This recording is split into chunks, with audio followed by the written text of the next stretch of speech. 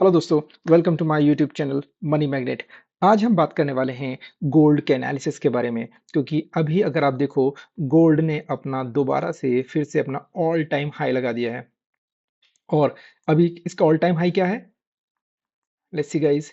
सो इसका all time high is 3676। Okay, so 3676 dollar का इसने हाई लगाया अपना। और अब मुझे लगता है, और अभी भी अगर आप देखो तो ये वन डे का टाइम फ्रेम है, कैसे लगातार पूरा यहाँ से देखो एकदम एक बुल रन देखने को मिल रहा है इसका यहाँ पे। तो क्या लगता है आपको कि ये यहाँ तक रहेगा? क्या ये यहाँ से वापस खत्म होने वाला है? आइए इसके बारे में पता करके देखते हैं। एक एनालिसिस करने की कोशिश करते हैं कि क्या यहाँ से हमें रिवर्सल देखने को मिल सकता है। ओके, तो उसके लिए अगर हम कुछ चार्ट लगाएं, देखते हैं कि जो आरएसआई हमारे पास एक इंडिकेटर होता है जो बेसिकली स्ट्रेंथ बताता है हमारे प्राइस की। ओके, सो अगर आप देखो, ये ऑलरेडी हमारा क्या है, ओवरबॉट जोन में है। ये हमारा कितना 76 चल रहा है, तो डेली टाइम फ्रेम पे 76 पर है। तो यहाँ पर क्या है, बेसिकली ओवरबॉट जोन में है। ओके, तो लेकिन मैं क्यों कह रहा हूँ, क्या 76 का मतलब ये है कि यहाँ से रिवर्सल आ जाएगा? नहीं, ऐसा बिल्कुल भी नहीं है। ओके, ऑफ कोर्स इसके ऊपर भी जाया जा सकता है, इसके ऊपर भी प्राइस पूरा ट्रेवल कर सकता है। तो अगर हम इसी टाइम फ्रेम को डेली की जगह अगर हम वीकली करके देखें, तो मैं आपको एक मैजिक दिखाता हूँ आपको। ओके, सो ये हमने किया वीकली। अब अगर आप देखो, अगर आपको आरएसआई की थोड़ी सी नॉलेज होगी, तो आप देख पाओगे कि आरएसआई में हमें क्लियर डाइवर्जेंस देखने को मिल रहा है। यहाँ पे अगर आप देखो, तो प्राइस तो हमारा यहाँ से ऊपर बढ़ता जा रहा है, हायर हाई बनाता जा रहा है। लेकिन हमारा जो आरएसआई है, वो लोअर हाई बना रहा है। आप देख रहे हैं यहाँ से। तो अब देखो, तो यहाँ पर बेसिकली इससे क्या पता चलता है कि अब प्राइस में उतनी स्ट्रेंथ नहीं है, उतनी जान नहीं है कि इसको ये बहुत ज्यादा और ऊपर तक लेके जाया जा सके। ओके, अगर आप इसको देखो यहाँ पर, जब इसने ये वाला हाई बनाया, गाइस एक सेकेंड ना। ओके, कौन ठीक है। सो जब इसने ये वाला हाई बनाया यहाँ पर, अगर आप इसको देखो तो जो रिसेंट हाई ये वाला था। ओके, तो ये जो हाई बनाया है इसने यहाँ पर, इसके बाद तब हमारे पास आरएसआई कितना था?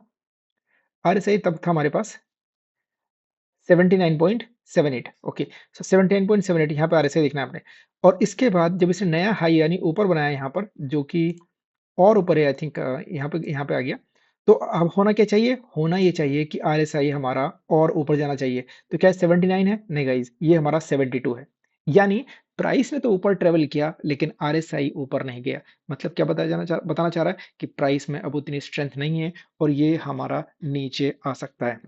ओके, एक तो ये चीज। दूसरा, अगर हम इसमें एक कंफर्मेशन के लिए एक और इंडिकेटर आगे देखें, बॉलिंजर बैंड। ओके, सो अगर आप बॉलिंजर बैंड को भी लाकर देखो, तो ये जो हमारा अपर बॉलिंजर बैंड है उसको भी क्रॉस करके ऊपर गया हुआ है। सो अगेन वहां से हाई पॉसिबिलिटी होती है रिवर्सल के।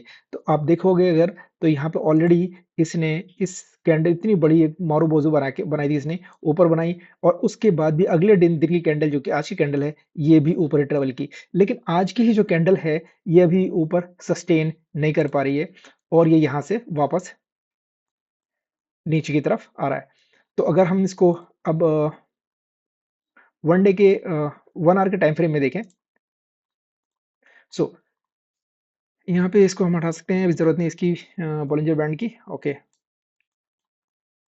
सो सो अगर आप देखो यहाँ पे, तो यहाँ पर मुझे लग रहा है कि अब ये नीचे यहाँ से ट्रेवल कर सकता है। ओके, तो अगर यहाँ पे देखो, एक एक लाइन भी यहाँ पे अगर आप ड्रॉ करना चाहोगे, एक ट्रेंड लाइन।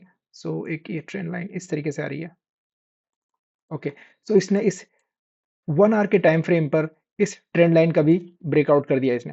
गाइज ये मेरा कुछ ट्रेड का एनालिसिस था, तो मैंने वहाँ पे छोटी कुछ लाइन से ड्रॉ करके रखी हुई थी। तो यहाँ पर इसने ऊपर गया, यहाँ से इसने ट्रेंड लाइन के ऊपर किया, लेकिन ऊपर क्लोज नहीं कर पाया। और एक अच्छा खासा अगर आप देखो तो रिजेक्शन इस कैंडल को मिला, और ये नीचे आ गया।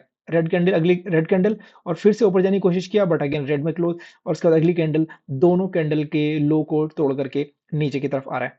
ओके, तो अगर ये तो ये है, तो अगर हम देखें कि भाई रिवर्सल अगर है तो कहाँ पर आके ये सपोर्ट ले सकता है, तो जो इसका मिनी सपोर्ट है जो मुझे लगता है, वो है जो ले सकता है यहाँ पर, ये जो छोटा सपोर्ट है 3614।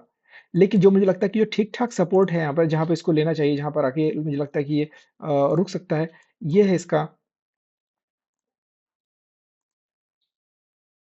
ये लेवल है आपका, ये रहा 3455। तो ये एक मुझे लगता है कि यहाँ पे एक स्ट्रॉन्ग सपोर्ट का काम करेगा। और जब तक ये यहाँ पर अगर मान लेते हैं इसको यहाँ पर आता भी है ये, और यहाँ पर भी ये एक साथ नहीं आ पाएगा, मुझे लगता है कि रुक रुक के आएगा यहाँ पे ऐसे। तो अगर यहाँ पर आएगा भी तब तक आरएसआई जो अगर हमारा पास है, okay so RSI I think हमने क्लोज कर दिया। तो आरएसआई भी अगर आप देखो तो आरएसआई भी काफी हमारा एक मिड रेंज में आ जाएगा, या फिर 33 में नीचे आ जाएगा, जहां पर फिर से हमें एक अप मूव देखने को मिल सकता है।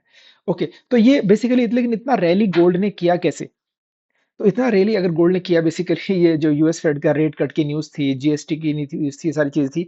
और तो और अगर आप न्यूज़ पढ़ोगे, अगर आपने कवर किया होगा देखोगे, तो चाइना एक लंबे टाइम से लगातार गोल्ड को बाय कर रहा है ना? तो जिसकी वजह से क्या है, पता चलो लगातार गोल्ड को क्यों बाय कर रहा है? क्योंकि बेसिकली वो यूएस डॉलर को टारगेट कर रहा था चाइना।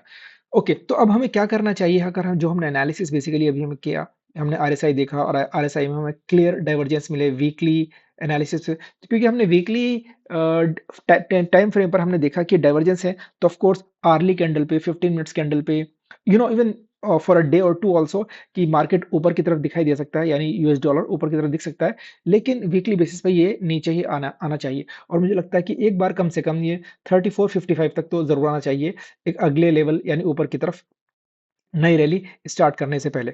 तो मैं सजेस्ट करूंगा कि जिन लोगों ने ऑलरेडी बाइंग पोजीशन बना के रखी हुई है, वो अच्छे खासे प्रॉफिट में होंगे।